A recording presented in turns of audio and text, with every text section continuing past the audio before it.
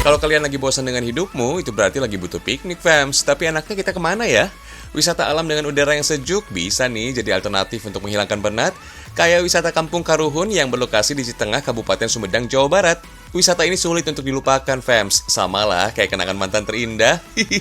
Wisata Kampung Karuhun ini mengusung konsep Eco Green Park. Tempat ini bikin tenang karena jauh dari hiruk-pikuk keramaian kota. Pas banget untuk refreshing dan mencari ketenangan. Aliran Sungai Cihonje menjadi bagian dari kawasan wisata ini. Airnya jernih dan deras. Rindangnya pepohonan membuat hati terasa adem. Lokasi wisata tanpa zona selfie ibarat sayur kurang garam. Biar eksis di media sosial, tempat ini juga ada tempat narsis dan spot foto yang instagramable. Rata-rata tempat ini memiliki tema alam. Tapi ada juga kok yang memiliki tema kekinian seperti foto di atas Vespa atau sangkar burung. Kalian yang cari spot foto untuk prewedding juga bisa kok. View di sini kece badai. Foto kalian jadi lebih estetik, fams. Kalau mau memacu adrenalin, kalian bisa coba wahana Skywing. Itu loh, ayunan yang bisa membuat kalian serasa melayang. Sebelum naik, gunakan alat pengaman terlebih dulu. Meski berada tepat di bibir aliran Sungai Cihonje, kalian tetap bisa merasa aman karena ayunan ini disangga tiang besi yang kokoh. Saat berada di atas ayunan, kalian nggak disarankan banyak bergerak, biar tidak terpleset. Heits, jangan lupa foto-foto ya. Tempat wisata ini masih lekat dengan tradisi Nusantara, fams. Lihat aja, di sini ada rumah suku Dani di Papua. Di tempat asalnya sana, rumah adat Honai berada di pegunungan Papua, berbentuk lingkaran. Rangka dan dinding terbuat dari kayu serta atap jerami. Fams, penginapan di sini memiliki konsep saung yang menyatu dengan alam. Di sini juga ada 2 kolam renang dengan beda kedalaman. Kolam dengan kedalaman 50 cm bisa digunakan anak-anak, sedangkan kolam kedalaman 2,5 meter untuk orang dewasa. Kolam renang di sini juga dilengkapi dengan perosotan. Air kolam ini juga jernih banget karena berasal dari pegunungan. Kebayang dong gimana dinginnya? Kalau udah puas wisata, kalian bisa nikmati sajian khas dari Citengah. Nasi lemang ini terbilang spesial, fams, karena dibuat dari beras dan kacang merah. Paling pas nasi lemang disantap dengan ikan asin peda dan sambal goang, alias sambal dadak. Sekilas mirip nasi liwet khas tanah Sunda. Proses memasak nasi lemang masih dilakukan secara tradisional, memakai kayu bakar. Enaknya sih nasi lemang disajikan dengan sambal goang, yaitu cabai rawit hijau yang diulek dengan garam dan tambahan daun kemangi. Aromanya juara, fams. Bukan daun pisang, fams, nasi lemang ini dibungkus dengan daun congkok alias daun bedur. Daun congkok ini mudah dijumpai di sekitar hutan di desa Citengah dan Cihonje. Bentuk daunnya lebar dan memanjang, teksturnya lentur seperti daun pisang. Dari dulu, daun ini biasa digunakan sebagai pembungkus makanan oleh masyarakat Citengah. Bambu yang digunakan untuk memasaknya adalah jenis bambu gombong. Bambu ini memiliki diameter yang besar dengan ruas yang panjang dan kuat. Untuk membuatnya, campur semua bahan, mulai beras, ikan teri, dan kacang merah. Ikan teri juga bisa kok diganti dengan jenis ikan asin lainnya, seperti ikan jambal roti atau ayam juga boleh. Setelah rata, tutup dan ikat ujung daun agar beras nggak tumpah. Fams, nasi lemang ini biasa dijadikan bekal saat masyarakat hendak berkebun atau mencari madu di hutan. Biasanya mereka membawa semua bahan yang dibutuhkan dari rumah. Saat di hutan, mereka tinggal mencari daun congkok dan bambu untuk memasaknya. Setelah masuk ke dalam bambu, tinggal beri air. Untuk takarannya masih sama kayak memasak nasi. Setiap 15 menit, bambu jangan lupa dibolak-balik agar nasi lemang matang sempurna. Oh ya, ciri khas nasi lemang yang matang bisa dilihat dari ujung daun congkok yang bergerak ke atas dan ke bawah begini. Segera angkat dan sajikan. Masyarakat setempat percaya nasi lemang ini bisa mengatasi batuk, fams, karena adanya kandungan saripati air bambu di dalamnya.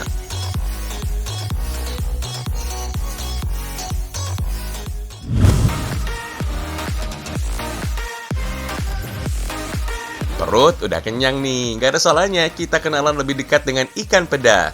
Salah satu pengolahan ikan asin peda berada di Desa Bendungan, Kecamatan Pangenan, Cirebon, Jawa Barat. Daerah ini dikenal sebagai sentra ikan asin karena sebagian besar warganya berprofesi sebagai nelayan. Ikan peda biasanya dibuat dari berbagai jenis ikan laut, seperti makarel alias kembung, sarden atau tuna. Ternyata peda bukan jenis ikan ya. Fams, ikan peda termasuk dalam jenis ikan asin. Dalam pembuatannya, garam yang digunakan harus kualitas paling bagus. Campur garam ke dalam ikan dengan jumlah 1:2.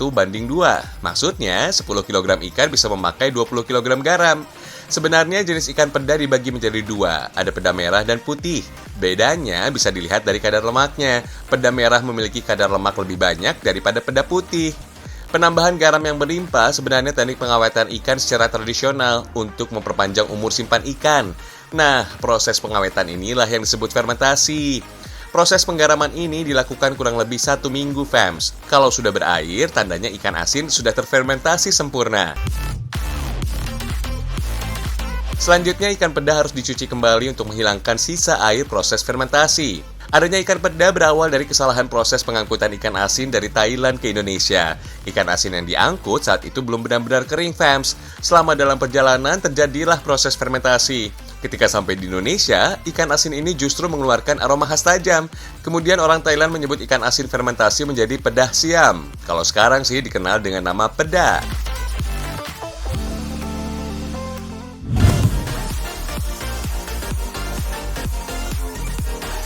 Bagi sebagian orang di Indonesia, peda adalah jenis ikan asin yang paling nikmat disantap dengan sambal terasi. Padahal ikan peda juga bisa loh dimasak menjadi pepes. Kita lihat aja yuk proses pembuatannya. Ini dia bahan-bahan yang digunakan untuk membuat pepes. Aneka rimpang digunakan untuk memberikan aroma sedap. Pepes dikenal sebagai metode memasak tertua di Asia dan negara yang dilewati garis khatulistiwa. Kalau di Indonesia, pepes alias pai sangat populer di Tatar Sunda. Awalnya pepes hanya dibuat dari ikan, tapi ada juga loh jenis pepes dengan isian berbeda dengan nama yang berbeda pula.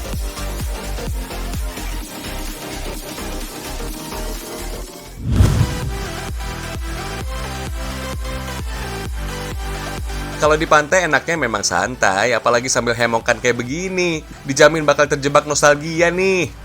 Kalian yang nebak ini lagi di pantai, salah. Ternyata ini cuma kafe Famsa. Hanya saja nuansanya yang dibuat mirip pantai. Dengan desain kekinian bernuansa laut, banyak yang menyangka kalau kafe ini berada di Bali. Padahal tempat ini berada nggak jauh dari ibu kota Jakarta, tepatnya di kota Tangerang. Bagian eksterior kafe kental banget nih nuansa pantai. Selain ada hemok dan pohon kelapa, keberadaan pasir udah pasti wajib ada. Pasir ini didatangkan langsung dari Provinsi Lampung, yang terkenal putih dan bersih. Sebagai kafe pertama bertema pantai di tengah kota, kafe satu ini sempat happening di kalangan anak millennials. Setidaknya kafe ini bisa jadi alternatif buat kalian yang haus liburan di pantai. Minuman yang tersaji di sini ala tropical, fams, seperti Blue Ocean dan Italian Green Sunrise. Rasa manis dan asamnya bikin badan jadi segar.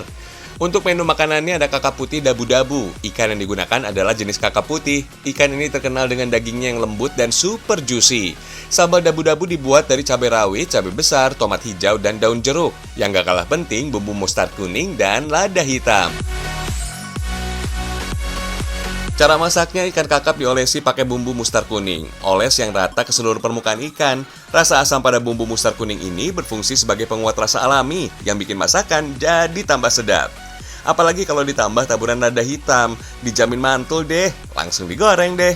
Selama menggoreng, ikan kakap file ini dianjurkan untuk tidak sering dibolak-balik supaya nggak mudah hancur. Cukup 5 menit aja digoreng, si kakap putih siap disajikan. Ini nih yang paling ditunggu-tunggu, sambal dabu-dabu, sambal khas dari kota Manado. Biar makin segar, tambahkan daun kemangi dan jeruk nipis. Tara, kakap putih dabu-dabu sudah jadi. Saatnya makan.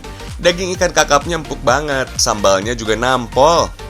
Fams, sambal dabu-dabu ternyata selalu ada dalam setiap jamuan orang Manado. Masyarakat Manado meyakini kalau sensasi rasa pedas ini bisa membangkitkan selera makan. Yummy!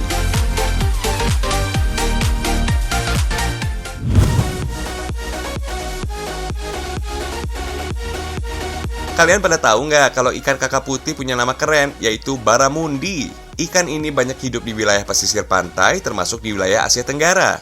Ikan yang satu ini biasa disebut ikan catadorm. Itu loh, ikan yang lahir di laut dan bisa hidup di air tawar. Tapi ikan ini tetap tinggal di laut atau di air payau sekalipun. Fams, ikan kakap selalu dilahirkan jantan dan baru berubah jadi betina saat berumur 3 atau 4 tahun. Buat yang hobi mancing pasti udah paham kalau ikan ini tenaganya super kuat banget. Yang jelas, ikan ini punya daging yang enak, apalagi kalau diolah roaster dan bear cafe. Lokasinya ada di Kota Gudeg, Yogyakarta. Untuk setiap porsi menunya, Barramundi ditakar dengan berat 180 gram dan sudah difile. Makanan pelengkapnya ada kentang tumbuk sebagai karbonya, sedangkan seratnya ada bayam dan jagung. Proses masak ikan ini bukan lagi dibakar atau digoreng, tapi dimasak dengan teknik pan-seared alias sangrai dengan sedikit minyak dan api yang kecil. Teknik memasak ini dinilai praktis dan juga sehat. Bisa juga tambahin butter biar rasanya makin gurih dan renyah di permukaannya. Ikan yang dimasak dengan teknik ini bakal tampak kering banget. Siram. Ikannya mandi minyak dan butter dulu. Jadinya begini fams, kelihatan crunchy di luarnya kan? Lanjut, tumis sayur bayam dan jagung. Tinggal bikin kentang tumbuk. BTW, kentang tumbuk juga dinilai lebih sehat karena diolah dengan cara direbus. Nah, jadi deh. Menu kedua, ikan bakal banjir kuah. Baramundi dengan kuah gulai. Asiknya masak ikan ini fleksibel banget diolah pakai macam-macam bumbu. Terlebih buat masakan Indonesia, termasuk diolah dengan cita rasa gurih-gurih sedap ala gulai. 2 menu serba kakak putih udah jadi nih. Menu ini masuk jadi list favorit dari cafe ini. Soal rasa, jangan ditanya lagi. Bagian kulit luarnya sedikit garing, tapi dagingnya lembut banget. Juara deh.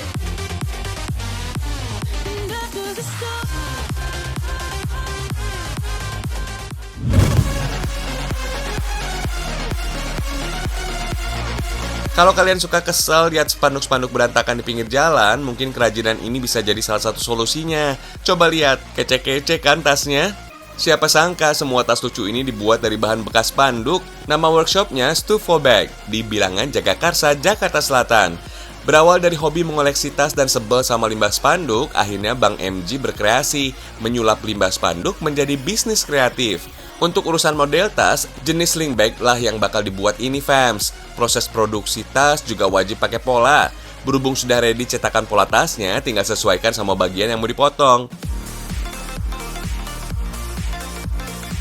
Uniknya bikin tas dari spanduk bekas, desainnya menarik. Mulai dari gambar, tulisan, dan ragam warnanya. Jadi bisa nentuin sendiri bagian mana yang bakal diolah menjadi tas. Cukup potong spanduk dengan cutter sesuai pola. Fams, polyvinyl chloride atau disingkat PVC adalah nama bahan yang dipakai dalam pembuatan spanduk. Yang spesial, bahan ini sudah pasti tahan air, tahan terhadap api dan panasnya cuaca. Dijamin kuat deh. Selain PVC jenis fleksi Jerman, ada juga nih PVC jenis fleksi Cina. Contohnya kayak yang lagi dipotong ini nih. Voila, desain tas pun sudah jadi. Geser ke labnya Stufo Bag. Proses lanjut ke tahap jahit menjahit. Di lokasi ini sudah ada tenaga pengrajin yang bakal terima instruksi untuk menjahit pola tasnya. Untuk step pertama, permukaan luar spanduk harus dipasangi velcro. Fungsinya hanya sebagai perekat tas saat ditutup. Pola dari spanduk bekas ini juga wajib dilapisi kain fams. Jenis kain T103 lah yang bakal jadi lapisan di dalam tas. Eits, pola pada kain T103-nya harus sama persis dengan pola pada spanduk bekasnya. Kain jenis T103 ini dikenal kuat dan gak gampang sobek. Masih pakai mesin jahit yang sama, proses pun dilanjutkan untuk menjahit tas secara keseluruhan. Judulnya juga bikin upcycle bag otomatis. Juga pakai metode upcycle nih. Metode ini memang lagi ngehits dipakai para pelaku industri kreatif. Fams, metode upcycle ini lekat dengan proses transformasi sebuah barang dari yang tidak terpakai dan menjelma jadi sesuatu yang lebih berfaedah. Tujuannya untuk mengurangi limbah dan mencegah pemborosan materi dengan memanfaatkan materi yang sudah ada. Karena bahan utamanya spanduk, saat menjahit wajib pakai jarum yang lebih tebal dan memakai benang nilon. Sementara itu teknik menjahitnya cukup pakai jahit biasa. Biar kuatnya maksimal, tinggal dijahit secara bolak-balik. Terakhir tinggal dipasang aja talinya. Sling bag dari spanduk bekas pun siap dipakai. Meski ukurannya kecil, ternyata fungsional banget buat menyimpan sejumlah barang. Tas Stufo sudah eksis banget sebagai industri kreatif ala anak muda Jakarta. Karena terbuat dari spanduk bekas inilah yang justru jadi daya tarik bagi para penggemar tas. Fams, 60% pembeli tas Stufo ini justru berasal dari warga negara asing. Harganya yang dibanderol juga bervariasi, mulai dari Rp250.000 hingga Rp800.000. Modelnya macam-macam, selain sling bag ada juga tote bag kayak begini. Pokoknya semua model tas dari Stufo ini bisa dipakai buat cewek dan cowok, fams.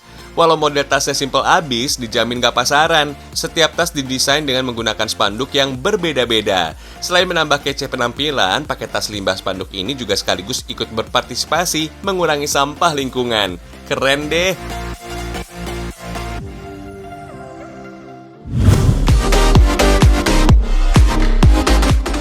Akulturasi ajaran Islam dan adat istiadat sering melahirkan tradisi unik di Nusantara. Jenisnya sangat beragam, beda daerah, berbeda pula budayanya. Misalnya tradisi Ba'ayun Maulud ini, fams. Ritual ini adalah mengayun bayi sambil bersolawat. Tradisi yang biasa digelar pada 12 Rabiul Awal ini nggak hanya diikuti oleh anak-anak saja. Para ibu-ibu dan lansia juga bisa ikutan kok. Kali ini tradisi Ba'ayun Maulud digelar secara massal di Masjid Jami Banjarmasin, Kalimantan Selatan. Kegiatan ini untuk memperingati bulan kelahiran Nabi Muhammad, fams. Tapi ada juga yang menggelar tradisi ini dengan alasan bernazar atau berjanji. Jadi ada mendangar di sini nah. 4 di sini Ba'ayun 2. Nah, kayak itu najar batis supaya jangan sakit lagi juga kayak itu nah. Biasanya tradisi Ba'ayun Maulud dimulai dari jam 7 pagi. Seluruh warga yang terlibat sibuk menghias ayunan, mulai dari menyiapkan gantungan kain, kue, atau buah-buahan. Ada juga tuh yang menggantung uang. Unik ya? Disusul dengan tradisi berayun, fams. Wah, anak-anak malah keasikan di ayun sampai tertidur tuh. Setelah diayun, hiasan ayunan diperebutkan oleh warga. Menurut mereka, hiasan ini untuk mendapatkan berkah, fams. Bagi masyarakat yang nggak suka rame-rame, bisa juga kok melaksanakan Ba'ayun Maulud di rumah. Awalnya, tradisi ini digelar di rumah masing-masing warga. Kegiatan gotong royong bersama tetangga berguna untuk mempererat tali silaturahmi sampai pengumpulan dana. Oh ya, fams, adanya ular lidi atau hiasan janur yang bentuknya menyerupai ular ini menjadi simbol kebersihan. Harapannya, orang yang diayun bisa menjadi senang dengan kebersihan, sedangkan janur berbentuk bunga dan burung menjadi simbol kebesaran kerajaan Banjar di masa lalu, termasuk kain berwarna kuning ini, fams. Selain itu ada juga kain sasirangan yang dipercaya dapat menyembuhkan penyakit orang yang dibalut kain. Kain sarung panjang atau selendang ini juga melambangkan kesucian dan budaya lokal yang dipertahankan kelestariannya. Tapi yang paling penting sih, makna dari mengayun bagi orang-orang Banjar menjadi salah satu wujud syukur yang diungkapkan oleh orang tua karena anaknya telah lahir dengan selamat.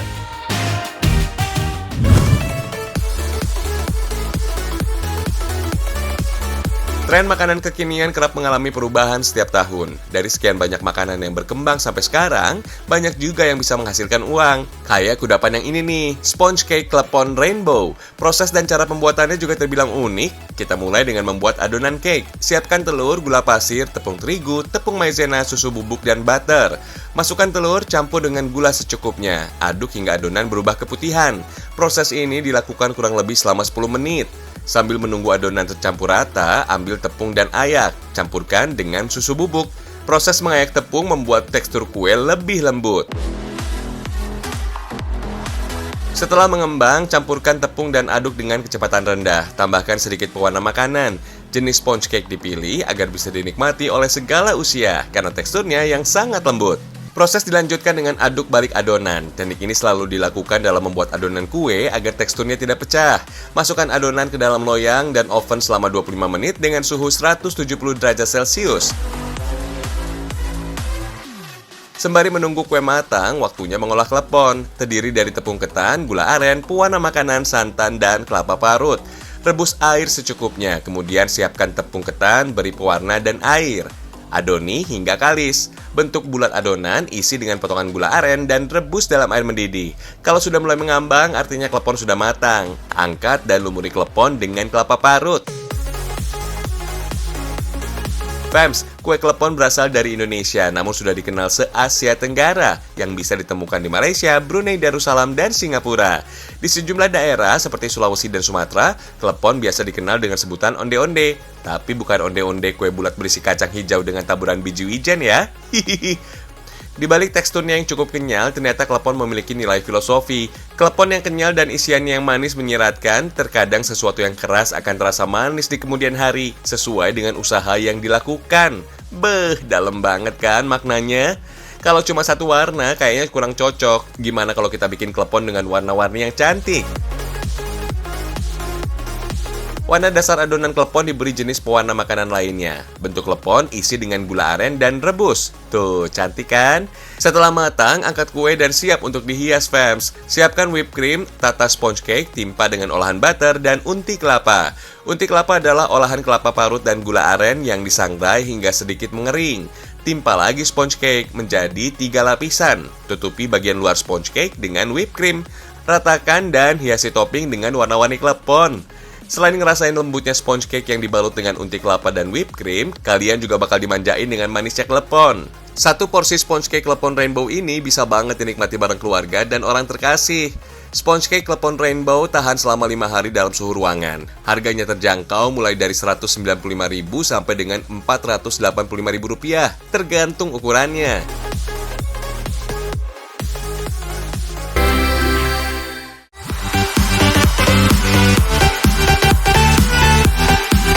Udah dulu ya informasi Ragam Indonesia hari ini. Semoga bisa menambah wawasan kalian ya. Tonton terus Ragam Indonesia, karena Indonesia istimewa.